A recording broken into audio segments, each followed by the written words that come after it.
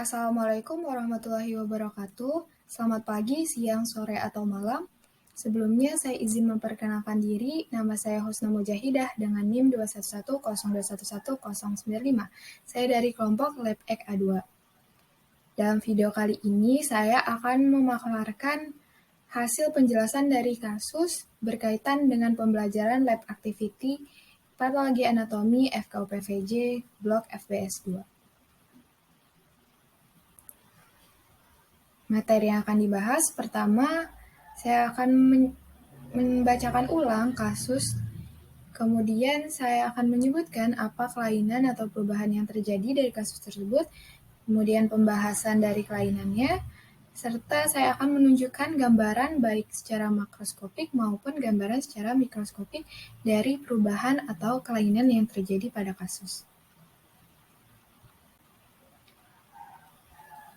Berikut kasusnya, seorang laki-laki berusia 24 tahun mengalami patah tulang tibia atau biasa kita sebut sebagai betis sebelah kiri akibat kecelakaan.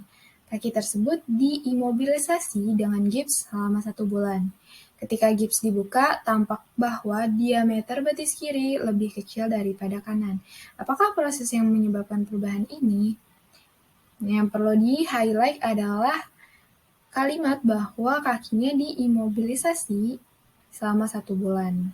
Selain itu, penting juga kita amati bahwa diameter betis kiri lebih kecil daripada betis kanan.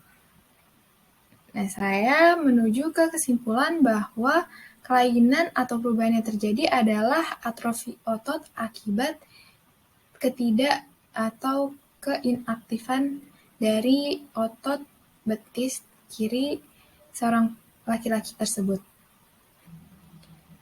Nah, menurut ilmu anatominya, betis atau tibia manusia punya 3 otot. Ada 2 otot gastrocnemius dan ada 1 otot soleus. Kemungkinan besar dalam kasus ini terjadi atrofi otot akibat imobilisasi. Hal ini tergambarkan oleh keterangan bahwa betis kiri menjadi lebih kecil daripada betis kanan. Nah, sebenarnya atrofi apa dan kenapa bisa terjadi akan saya jelaskan di slide selanjutnya.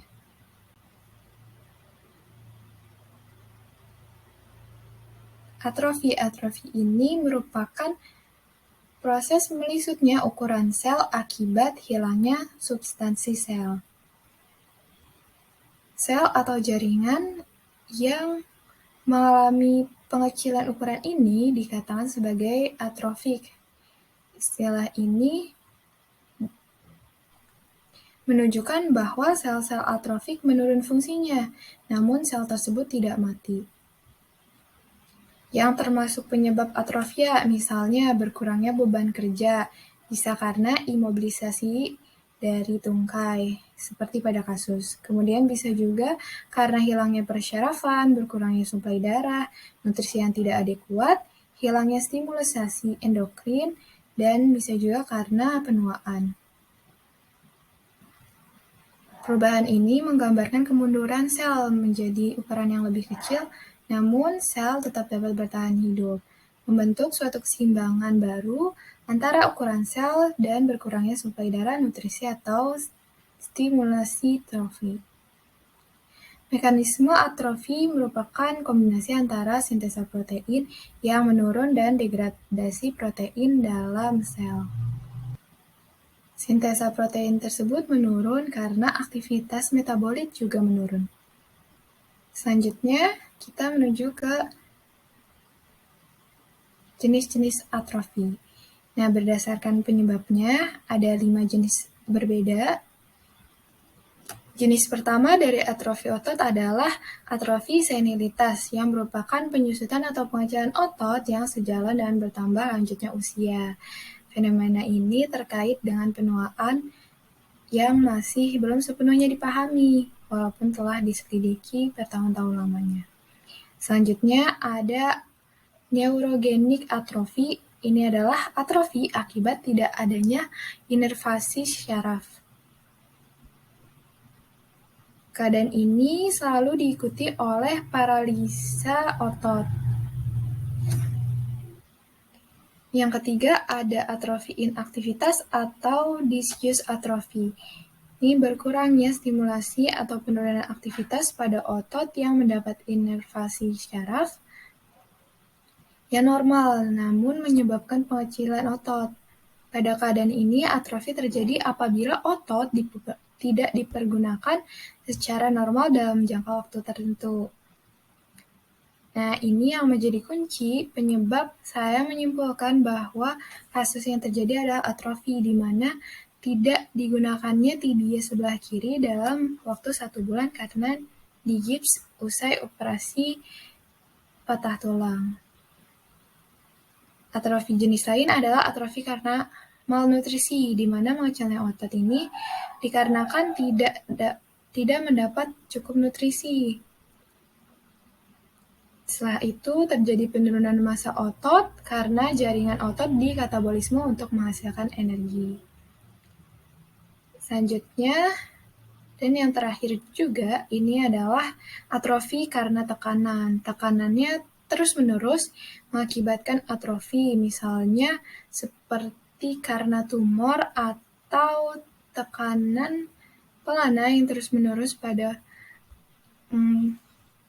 yang dapat mengakibatkan atrofi, namanya atrofi punggung, namanya atrofi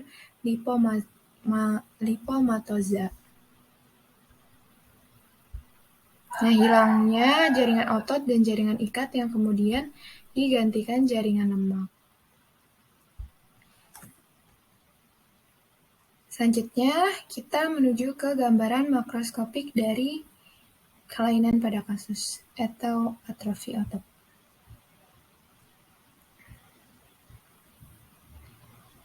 Yang pertama, gambaran makroskopiknya. Gambaran makroskopik adalah gambaran yang dapat dilihat langsung oleh mata kita. Seperti pada gambar, ini merupakan ilustrasi di mana diameter betis sebelah kiri lebih kecil daripada diameter betis sebelah kanan.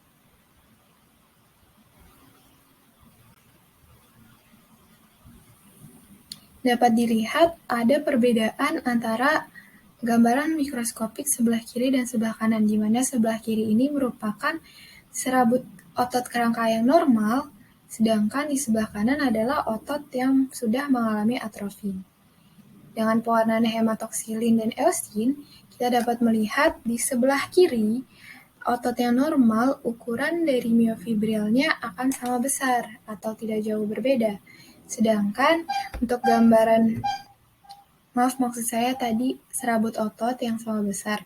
Sedangkan pada gambaran mikroskopik sebelah kanan, untuk otot yang mengalami atrofi didapatkan ukuran serabut otot menurun. Bahkan pada atrofi yang parah, serabut otot dapat digantikan oleh sel lemak. Bisa dilihat di sebelah atas sedikit kiri, ini ada, maksud saya di bagian gambar otot mengalami atrofi, di sebelah kiri atas dekat panah itu ada tanda bintang di mana sel ototnya sudah digantikan oleh sel lemak. Sedangkan di serabut-serabut lain dapat dilihat bahwa serabut ototnya mengalami atrofi karena ukurannya semakin mengecil.